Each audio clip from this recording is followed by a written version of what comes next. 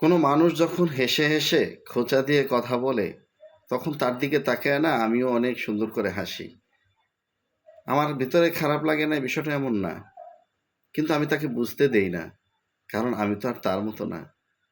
সে যদি জানতো যে একজন মানুষকে খোঁচা মেরে কথা বললে তার ভিতরটা যন্ত্রণায় ভেঙে চুরে খান খান হয়ে যায়, সেটা কখনোই বলতো না।